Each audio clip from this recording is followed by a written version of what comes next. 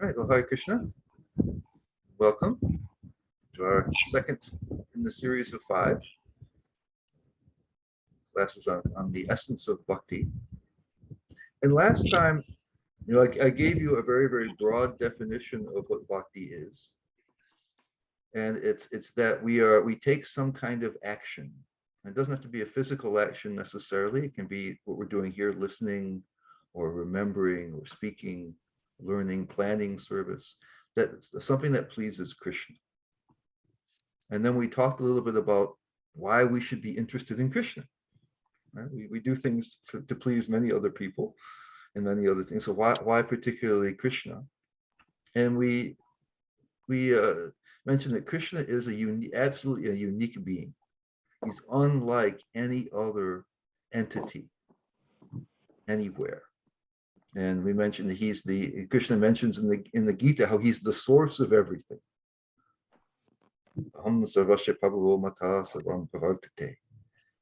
He is mentioned in the Brahma Samhita that he's the Parameshwara, the highest controller of everything, and the cause of all causes, Sarva Karana Karanam. And actually, he, in one sense, is existence itself. One of his potencies is called Sat, which just means existence. So, without Krishna, nothing else can exist. See, this is unique. We can exist or not exist, and everything else is still there. But Krishna is existence itself. He doesn't partake of existence, but rather existence is a part of him. So were Krishna to disappear, everything else would immediately disappear, because part of him is existence. And if everything else were to disappear, Krishna could restore it instantaneously. And he can make it, he can make anything happen that he wants to do. He's in full control. So all of us have the experience of being inside a creation and not being in control. We understand what that feels like. But Krishna even mentions, he says that in the 9th chapter of the Gita, right? He says that everything is in me, I'm not in them. And that's what he's hinting at that everything is part of his greater existence. Prabhupada uses the little kind of almost like a Zen koan. He says that nothing is different from Krishna, but nothing is Sri Krishna except his divine form.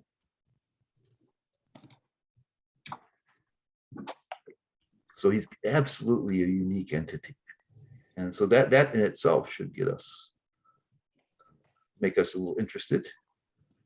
And then we looked at a potential kind of doubt. And because sometimes in theistic traditions where there's a God who's all powerful, then it is a requirement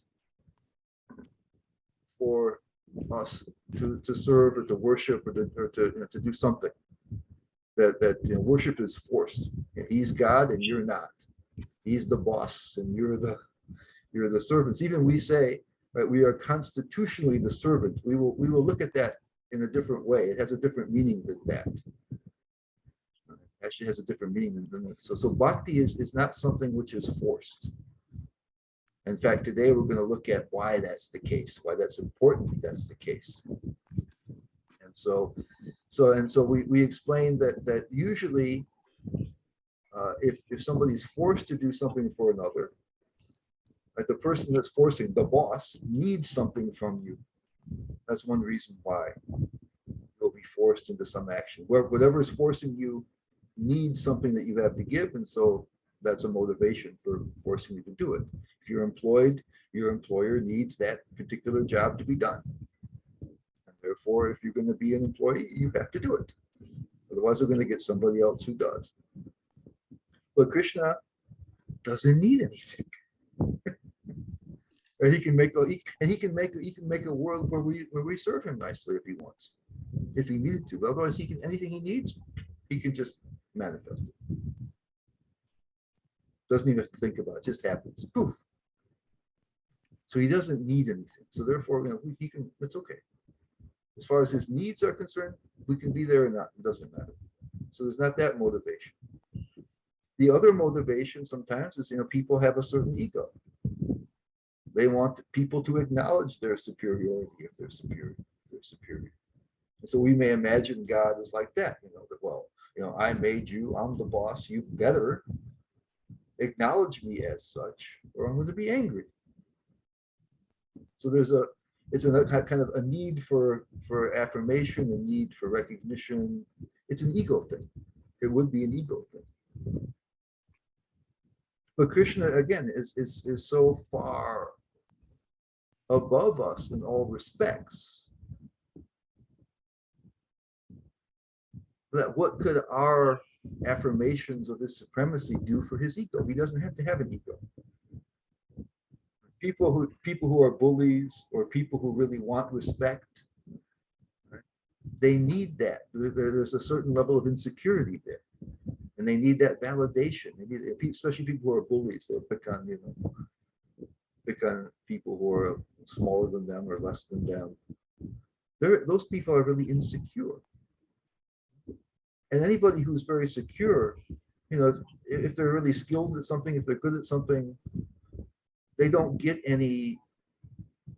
feel any pride if they're able to defeat somebody. Say you have somebody who's, whatever, the best basketball player in the world. Does that person have to go to the kindergarten kids and beat them? And does it make them feel good to do that? Or if somebody's the greatest, boxer in the world, do you punch little 2-year-olds? No, it has to be somebody. You have to get validation from somebody who's comparable to you. Unless you're really, really, really insecure. And Krishna, why would Krishna be insecure? What point does it have? So there's nobody who compares to him. So getting validation from others, there's no basis for that. So he's not going to be angry. Oh, I made you, and you're this and this and this. It's not like that. And we'll find out today really why it's so important that bhakti isn't forced. That there's agency. That we have agency in this. That otherwise bhakti wouldn't exist. He doesn't need us, and his ego is not a problem. We found out something that is a little surprising, which kind of leads into our discussion today. And that's, despite the fact that he doesn't need us, despite the fact that we're not forced to deal with him, and despite the fact that we may not be dealing with him at all, again, maybe through many lifetimes, he is right now and always both available, which is unusual for an important person to be very available, and he's already positively active in our lives. Even if we're not doing anything for him, and maybe haven't done anything for him or even acknowledged his existence for perhaps even lifetime after lifetime after lifetime. He mentions this in Gita. He says he's Suradam Sarvadehinam, the well-wisher of all living beings. He's aware of us, and he's inclined towards us. He says that we're his part and parcels, his Ramavangsho. He identifies with us in some way. We're important to him in some ways.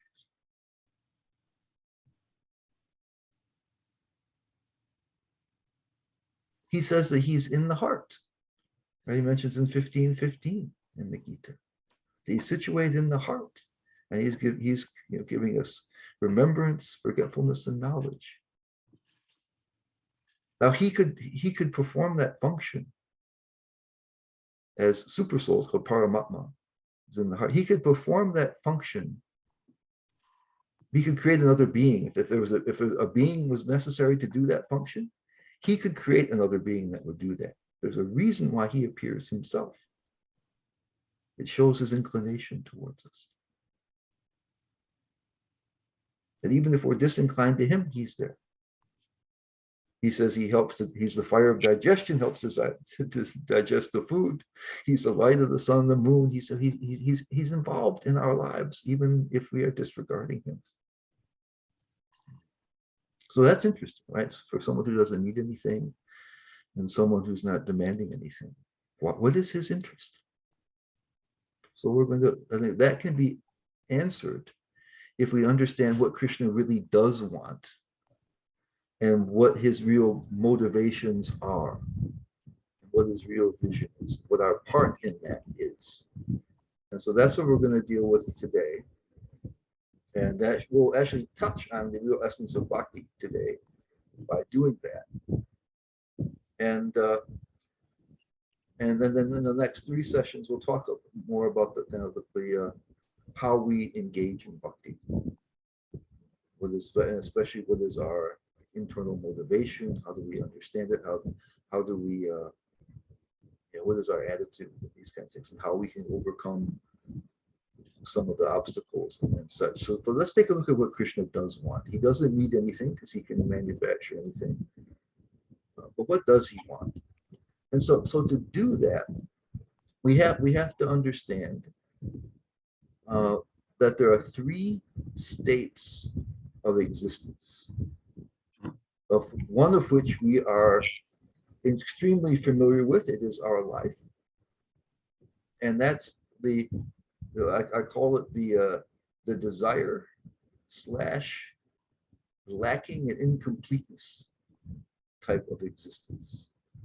So if in the 3rd chapter of Bhagavad Gita, Krishna talks about desire, kama, and says that it is he's having this discussion with Arjuna, who asked him, he says, why do I do things I don't want to do? I know better than. He says, kama, desire. He says, desire covers the soul. And it produces, it produces a feeling of emptiness and incompleteness is what it does, which is alien to the soul's real existence. So for us, having desires, feeling incomplete or feeling that we lack something seems completely natural because that's how we've lived our entire life and probably many lifetimes like that. For us to talk about, finding happiness, pursuing happiness, seeking happiness is a normal way of speaking, and it's quite intelligible to us what that means. But Krishna mentions in the Gita, and great sages and other realized persons have confirmed, that the real nature of the soul is Atmarama, or Prasanatma, as it says in the Gita. Very, very powerfully satisfied, joyful, just intrinsically. And if I ask you how you're doing and how your happiness is, or if you ask me, we will generally talk about either the positive things there that are increasing my happiness, and then we may mention the negative things that are causing the opposite. It's just our nature. We're habituated to that. But as souls, as spirits, we are complete in ourselves. We have that example of the speaker of the Srimad Bhagavatam, Shukadeva Goswami. As soon as he was born, Srila Vyasadeva said he just left for the forest. He didn't have any desire to interact in society and all this kind of stuff because he had nothing to gain. He was completely self-satisfied. He didn't require it. There's happiness from that. We have some, if you really think about it, we have some not completely trivial experience of this, because our circumstances change kind of with our, so we say, with the modes of nature, that there are times when we just feel good and we can't necessarily wake up in the morning and just feel good. Or say if you go, sometimes you go into a nice beautiful place in nature, you just feel peaceful. Right? When you're peaceful, suddenly you feel a kind of inner happiness that comes out. And then some days we feel the opposite. We really feel we need to do something to find any joy. So we have some, especially in a peaceful state, we have some connection with the inner happiness.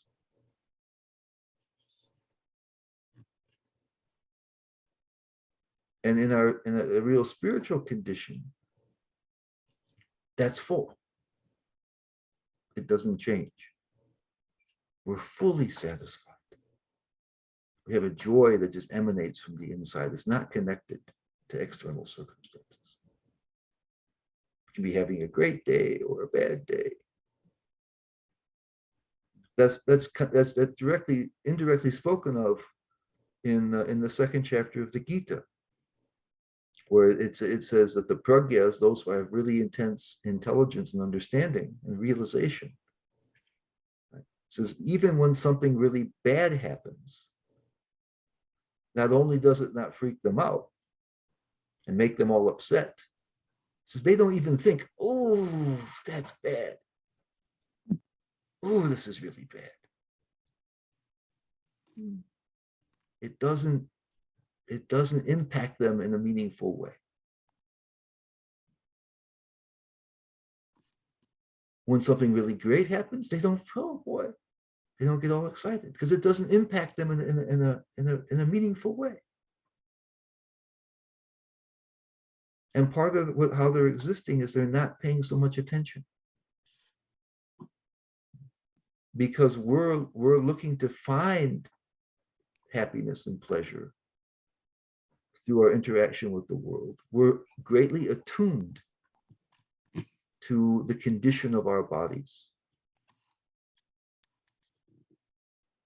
If you ask me how I'm doing, I'll tell you right away. I don't have to stop and check.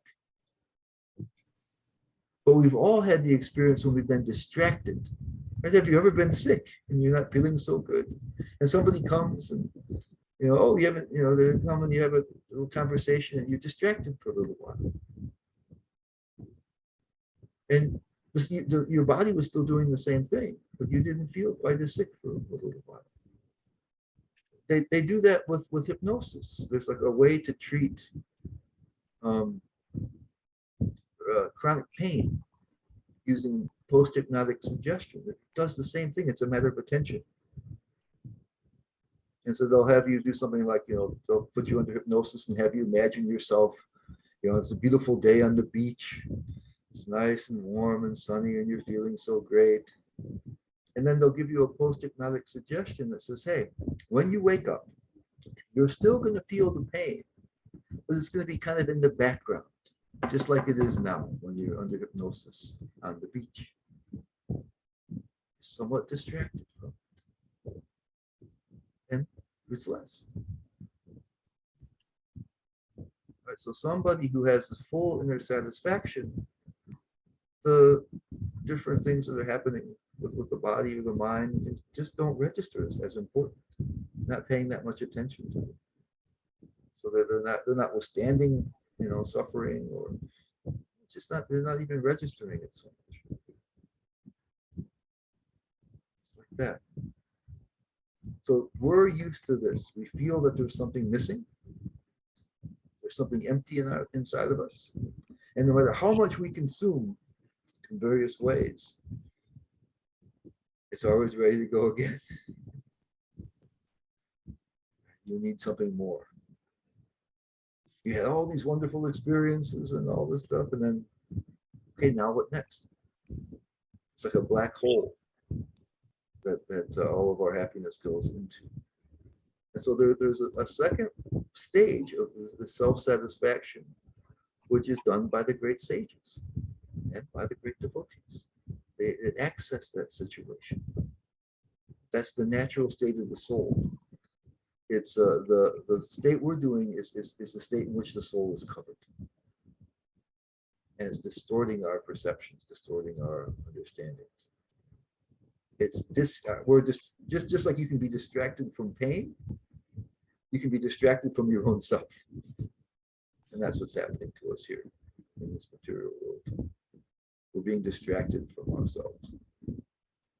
So we're not aware of something that's already a fact. So Krishna, his natural condition is this self-satisfaction. So his satisfaction goes beyond simply being able to manifest everything. But we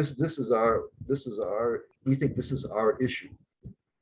that we're small beings in a big and sometimes hostile world. And we have very little control over what happens. And if we could have greater control, we could be happy. Okay? Because we could just get everything we want. And I'll tell you, there's some indication that that may not be true. If you look at people that have everything,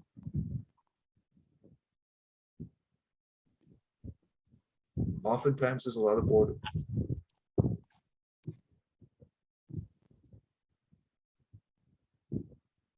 Sometimes even despair. What happens if you have everything you think you can want, you've done everything you can do, and you're still not satisfied?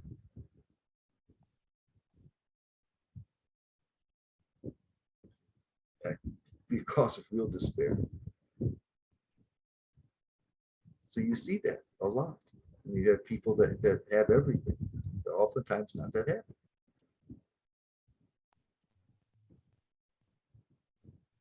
So it's not, so the real situation is, and what happens is they get used to higher levels of happiness. That becomes the new normal.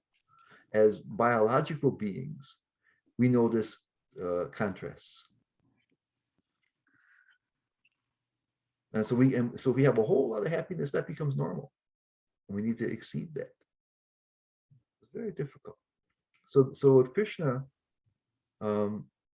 he goes beyond, and actually we do go beyond the notion of having everything we want, or being able to make everything we want, or create everything we want, access everything we want. That becomes irrelevant, actually, to someone who's self-satisfied.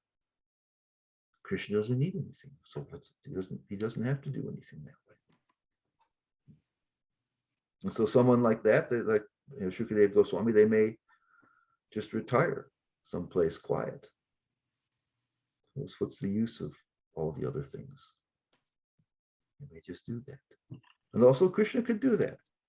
Krishna could just be. Krishna could be actually just a, ball of satisfaction. Why does he exist like he does? Why is there a creation? Why are we here? Why all the stuff? Generally, the more self-satisfied you get, the more simple you want to live. All the complications are trying to find happiness usually. So simple, quiet, no problem. So why does Krishna do this? And that's because there's a third level of existence, where the self-satisfaction boils over, or it's like or erupts into something more powerful called love. Now, love in our world of desire is a complicated thing. Everybody says they want love, but then if you listen to any popular music, the most predominant subject is heartbreak. Heartbreak and misery sometimes. That's all, heartbreak and misery. Right? Sometimes love, so-called love, can be the source of great unhappiness. Prabhupada mentions that right in the beginning, I think the second verse of the Bhagavatam, where he talks about the different rasas. And he says sometimes, right, that kind of affection can turn into something ghastly. Right? There's anger. Because what happens, what we call love, generally has a pretty strong dose of desire built in. You love that which fulfills your desires and makes you happy. There's I've been told there is a Russian proverb that says that the fox loves the chicken all the way down to the tail feathers. So that's a case of only desire. The welfare of the chicken is not considered. So generally, when we have love, it's not all desire. We also wish the other person well. I mean, sometimes we wish them well because they fulfill our desires, but sometimes we, many times we'll actually want to do something for another, because we care for them. there's something in them that we see as being valuable. And even if it isn't helping us fulfill our desires, it's something that's pleasing to us.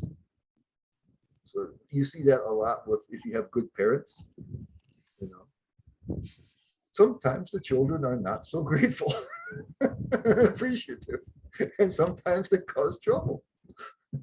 Everybody dreams they have all these nice children, and well, it doesn't always work that way. And many times the parents, you know, they continue to love their children and wish well for them. Even if you could look at it in a strictly, you know, cost benefit analysis, you could really question whether they're getting that much out of it. I guess a lot of times, I know it was, I don't think she's here today, but Ananda was saying that her experience when she had her son was that when the baby is just so, expresses so much love and is so attached, that leaves a deep impression. So just somehow you can live off the interest of that, even if they grow up and are not as nice anymore. But there's something that causes you to want their benefit, and even if it's not yours, that's love. Sometimes we say, you love somebody enough to let them go. So if so they didn't want to have a connection with you any longer, but if that was beneficial to them, you're happy to see that take place. So they're not going to have any more impact upon your happiness.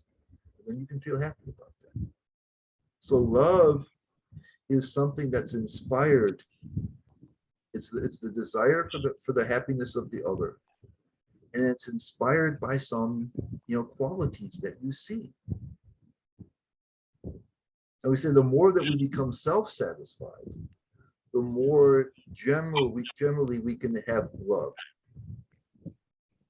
Because if we can understand that we're souls and other people are souls, we'll see a natural connection. We're actually part of the same family, Krishna's family. Krishna says he's the seed-giving father of all living entities, and so we're all children of Krishna. We're all of the same family and of the same thing. And so the more that we can not be overcome by, because what happens when we have desire, we impose that on our view. We look at other people and we immediately analyze, can this person add to my happiness?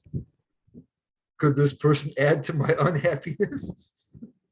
Or are they kind of neutral and therefore not so worth taking an interest in?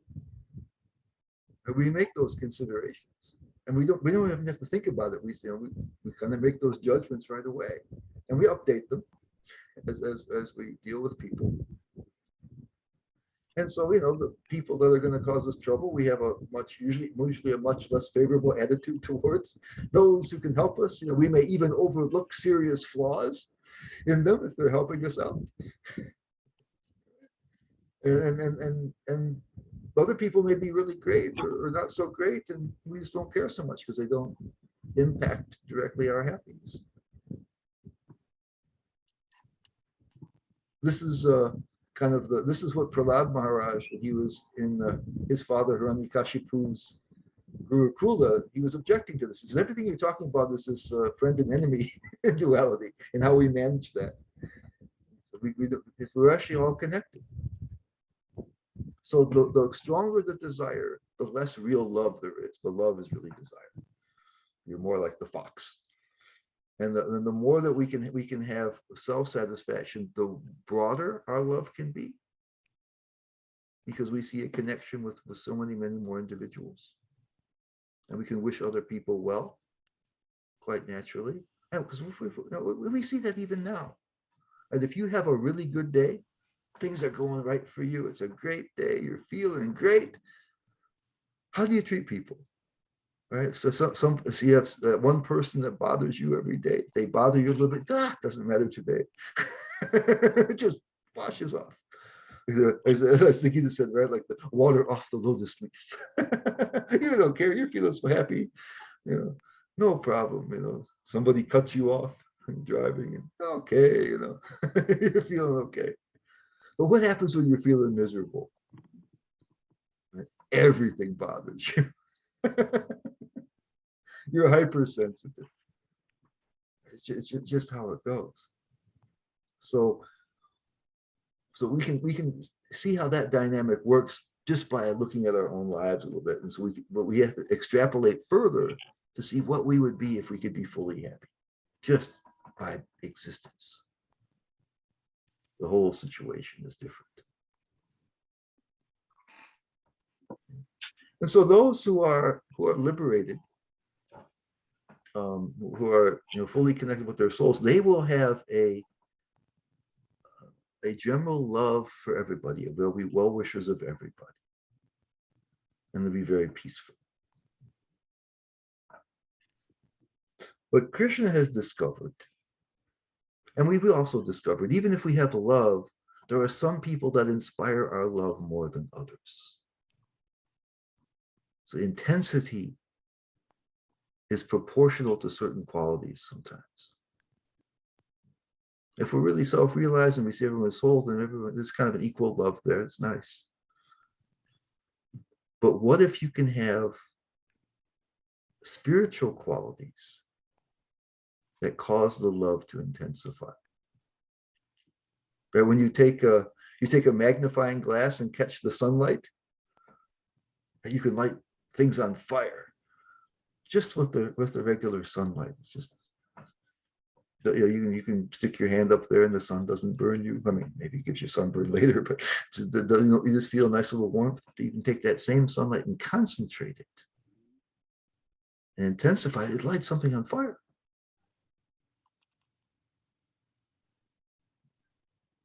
So what Krishna has discovered, and this is why Krishna, the word Krishna means all attractive.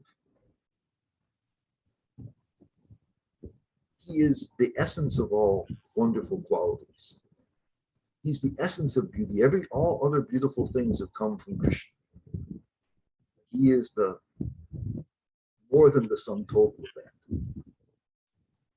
All the good qualities, everything attractive is there with Krishna.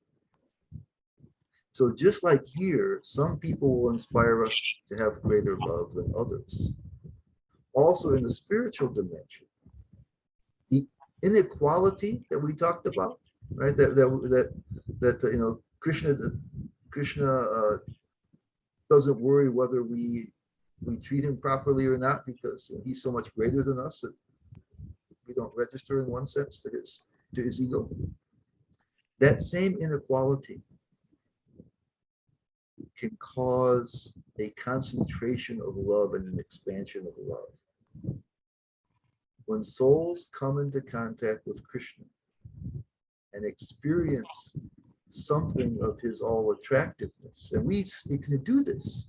If we chant Hare Krishna, we see the deity, we do some service, we feel some special happiness that comes inside. Prabhupada usually calls it the higher taste. Param Drishtva, seeing something higher. There's something that happens, something that awakens in us when we can come into contact with Krishna. So those who can have a profound contact with Krishna, this powerful love gets generated by this inequality. He's the most charming, the most beautiful, the most everything. And it completely causes us to, like a volcano, just erupt with love. And since the soul is already self-satisfied, and obviously now we're fighting that, but if we're in a liberated state, we're already self-satisfied.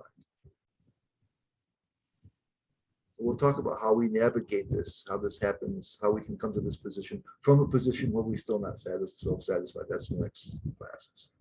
Let's say right now we're liberated and we come into contact with Krishna, just like Shukadeva Goswami did.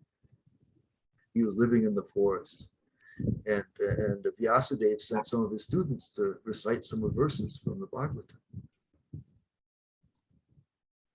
And he heard the verse, one particular one was the verse that described how Krishna dealt with Putana. Putana was coming to kill him, and he made her his mother eternally in the spiritual world, because she tried to kill him by poisoning her breast, and and trying to feed him, breastfeed him. There was a backstory in that also, but anyway. And so Krishna was so kind to her, even though her intent was to kill, that she became a motherly figure in the spiritual world.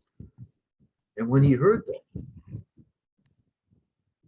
he started to run towards the people reciting. And they were afraid. They thought there was some kind of crazy madman. Because just by hearing that about Krishna, it took him beyond the self-satisfaction to love.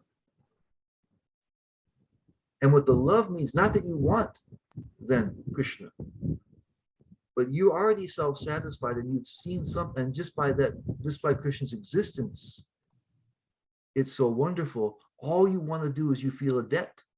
You feel that you want to please that being.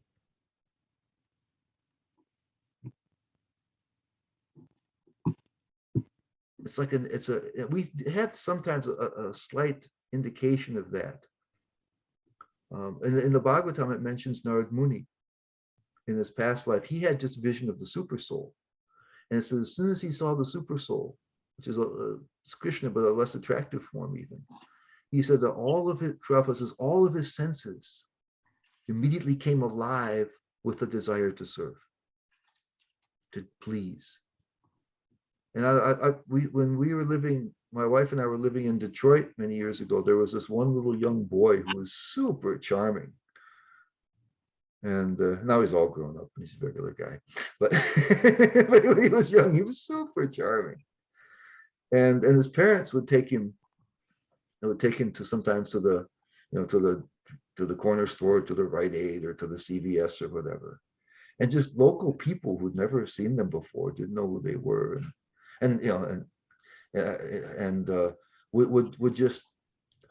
Would be amazed. They'd be rolling down their windows to see him, or they'd buy him candy. They just wanted to make him happy, right? Just because he was so cute. That made them so happy that they immediately, just spontaneously wanted to do something for him, right? If you see a little puppy or something, right, you want to make the puppy happy. Or a little baby, everybody goes, oh, make the baby happy.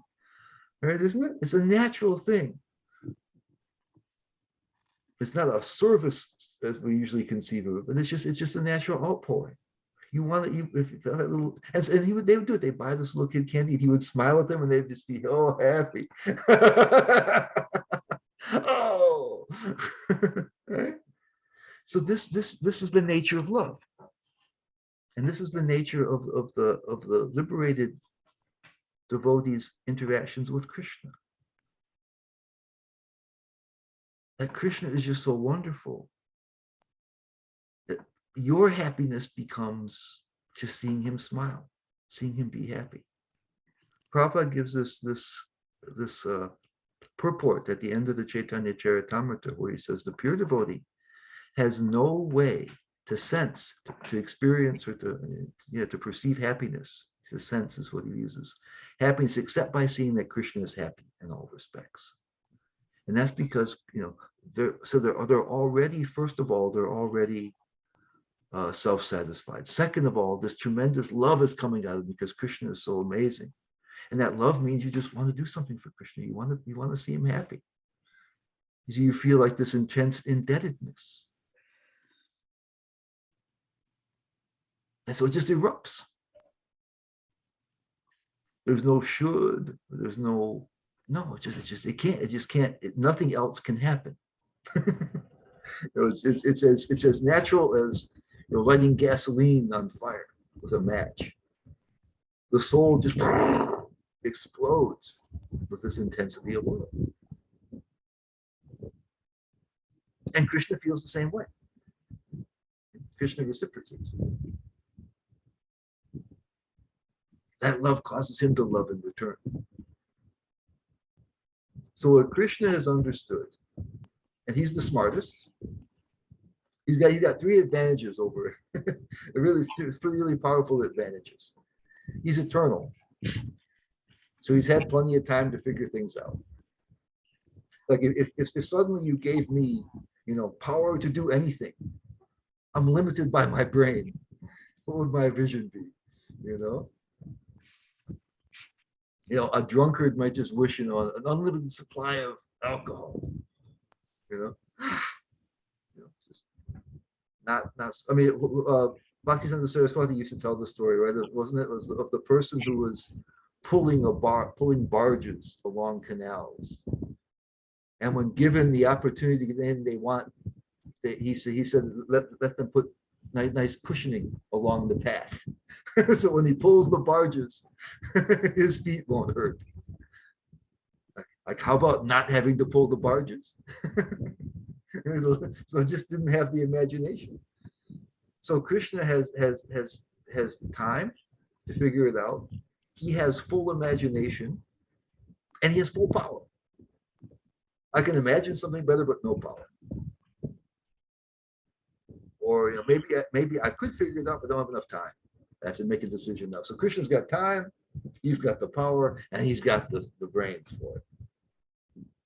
And so therefore you can expect that what Krishna has come up with is the best possible thing. And the reason he's interested in us, the reason why we exist, or anything exists, is so that this wonderful vision that Krishna has come up with can actually happen. So Krishna has realized that, of course, certainly better than having desire is self-satisfaction, but better than satisfaction is love, and better than love is a reciprocation of love. So, Krishna in the form of Vishnu, he says in the 9th canto, he says that my devotees have only me in their hearts and know only me, and I have only them in my hearts and know only them. So the essence of bhakti is this natural love. So Krishna feels that he's the most attractive, and he draws it out of everybody, and it's so intense and so pure and so powerful that it touches Krishna's heart. And all he wants to do then is make us happy, make his devotees happy. He tells Uddhava, right, his friend, he says, "You are more dear to me than my Vishnu forms." Right? You're so dear to me.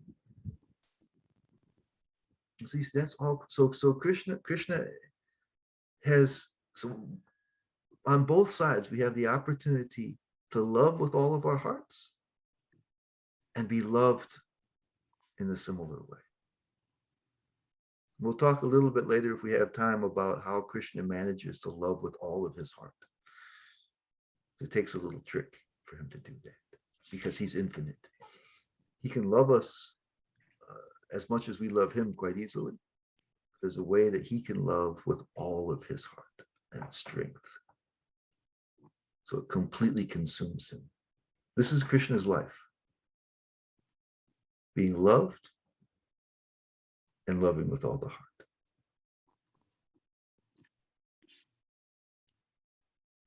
So the question is, which one is important? Let me pop that up again. I would say they're equally important. So which more important, which one is important? Desire of us as humans towards Krishna, or the desire of Krishna loving him? We'll talk about how we approach this, how we can come to that situation in the future classes. But those two things are both, what I would say is if I ask you a question, would you prefer to love with all your heart, be loved in just a magnificent way, or both? And I think most people would take both.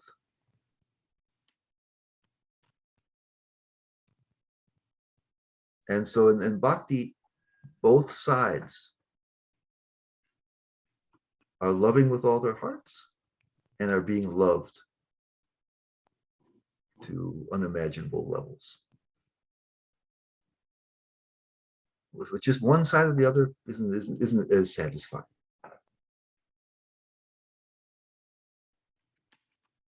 So Krishna has arranged for it to be like that.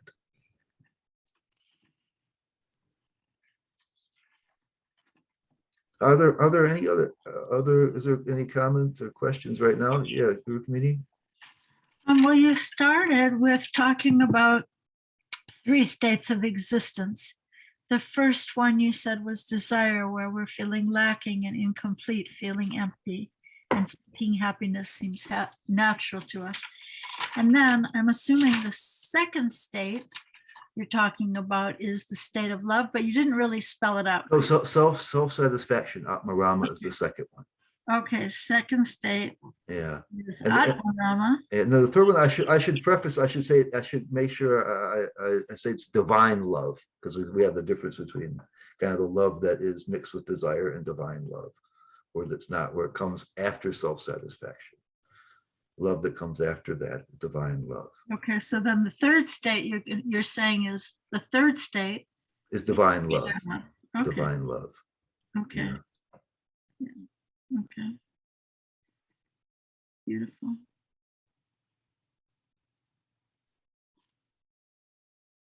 And that's what Krishna has discovered as the best possible state of existence.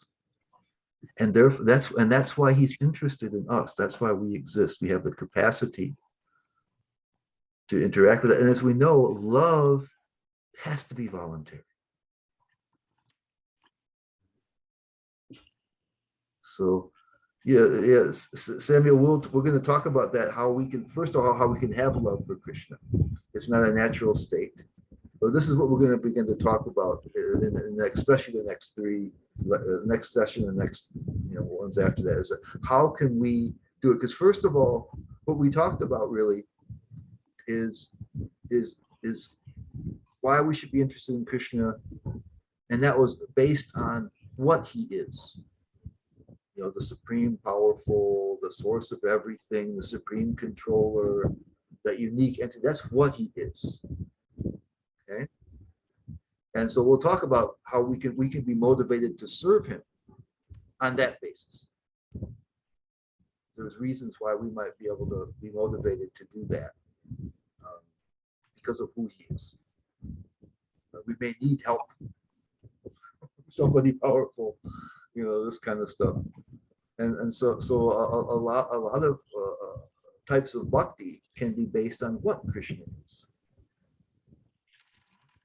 But when we start talking about love, then we have to start mixing in who Krishna is. So in this session this session we had today, you were talking about who Krishna is. I got to that point. Yeah, I got to that point. What I really wanted to do is I wanted to show how, still coming to that, how bhakti has to be free. Okay, so you would title this one, today's session, as Bhakti has to be free? That's that, and also just looking at Krishna. Looking at who Krishna is more than last time. More it was what. We're looking deeper at who Krishna is and what he wants. Mm-hmm. Because last time we said what Krishna is, and that bhakti wasn't forced. And now we want to try to understand, why we exist, why there's bhakti, why it has to be free, and that is all related to what Krishna really wants in life, and that's just this love. So I have a question, because I'm gonna have to listen to the recording next time. I'm not gonna be around. So I want to know, what would you say your working titles for session 3, 4, and 5 would be? Just so that I can note that down. I can't tell you that yet. Can you tell us? Can you tell us session 3? Because I'm not so sure. Well, we're gonna talk next time about a little bit about what motivates us to serve. Okay.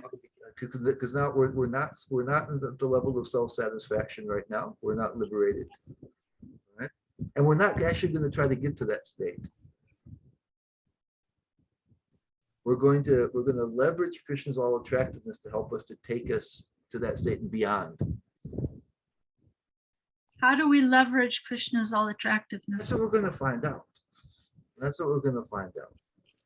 Right? And there's a little gateway, I think, that makes us start to appreciate who Krishna is. It helps with that. So we're going to talk about the kind of motivations for service, since we do not have the same kind of, like, if somebody like Shukadev Goswami or somebody like Narad Muni in his past life encounters Krishna directly, boom, naturally it just flames up. You just hardly can help yourself. You just, wow, and then you want to do that. Well, we can't do that at this point because we don't have that kind of an experience of Krishna. So divine unconditional love are the same, Lakshman. Unconditioned means that we want something from it. All right. And so there's a desire there. You have to do this, or I have to get this out of it, that kind of stuff. So yeah, so it's like that. So they're really the same thing. Unmotivated, same thing. Right? We say that the highest level of bhakti is a hoitaki, without a motivation. It means selfish motivation. And then the other one is uninterrupted, a pratihata.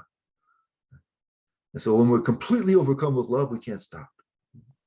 So we're gonna start. So how do we get to that point from where we are now? That's what we're going to start dealing with next time. Okay, we've seen what Krishna wants. We've seen a little bit about what the ultimate bhakti looks like. We'll talk about more deeply in some detail if we have time later. But we understand what it's like. It's just the soul just flaming up in love of Krishna. And how do we get there? This is what's important. How do we get there? Gary, can you look at the questions in the chat? There's lots of questions in the chat. Yeah. Let's okay, let's see here. Okay, the three states of being, I saw that. Okay, I got Lakshman's, and then the three states of love again. It's not three states of love, but three states of being. So I mean, there are different stages of love. We may talk something about that, but the three states of being. The first one is where we have desire, and we feel emptiness. This is the one we're familiar with in our lives. Then there's self-satisfaction, where just as a soul, just by nature, we're fully satisfied and happy without reference to external circumstances. This is who great sages can attain this kind of condition. Where just you are self-contained happiness. Whatever happens doesn't matter. That satisfaction and joy is there. The third one is when that overflows into divine love, where something, and it means Krishna, captures your love. It's so wonderful. It just causes your love to flame out, and so it has no you only want Krishna to be happy. That's the nature of that love. Just like you see a little child or something, you want to make him happy, or you want to see a little puppy and you want to make him happy. But it's so much more powerful and just completely consumes you. And Krishna feels the same way back towards us. So desire and emptiness, self-satisfaction, and divine love are the three things that we're looking for. And what we're looking for, of course, is the divine love. So next time we're going to start, we've explained some theory, and now we'll say, how do we go there from here? I guess, so how about that, Rukmini? How do you get there from here? Okay, if you want a title for next time. Okay. Now we see where we want to go, but how do we get there from here? Right. Okay, so it seems as though that divine love only wanting Krishna to be happy, that's way beyond practically every other religion I've ever heard of in my whole life. I mean, except where they have like a core essence of bhakti within them, but that seems to be really unique and intrinsic to the bhakti path. Yeah, that's what I mean. I've seen really strong hints of that in the Christian mystic Saint Teresa of Avila. She talks about a self-forgetfulness, where so you hardly even know you're there, except that you're simply overcome with a desire for the glory of God. So I think it's something like that. And yeah, so the notion of God being somebody attractive, like of being somebody who you can interact with, is kind of unusual. Usually you think that God would just be so majestic and powerful, and you will just be intimidated. But in Dante's Paradiso, in the Divine Comedy, I think the way he has it Everybody, the people who go to heaven and are with God are just there like this, that God is just so amazing, it blows the mind. For us, that's called Shantaras, right? Where you're just so amazed by how powerful God is and how, extraordinary he is. That just blows your mind. And you can just be captivated forever just by seeing that. You just got a mouth open. Oh. And it's so amazing that you can do that forever. So in his different forms, let's see.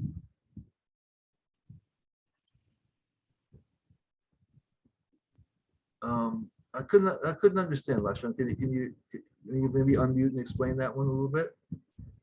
Sorry, no, I'm just trying to understand, and based on what I've been trying to read. So if you understand Bhakti path, then would it be correct to say that it starts with Vairag, which comes with desire, then goes on with gathering knowledge and try to understand what it is all about, which is then leads to self-satisfaction, and then goes on to then become truly towards more Bhakti path, and which is the divine. Actually, no, we're going to start Bhakti. That path is possible but difficult. And so we're going to talk about how we start the path of Bhakti that leads to the divine love. And that the knowledge and renunciation comes as a byproduct of that. This is you'll see this in the second chapter of the Bhagavatam. It says that Jnana Vairagya is a byproduct of Bhakti. And there's a reason for that, because it's very difficult. It's very difficult for us to renounce things.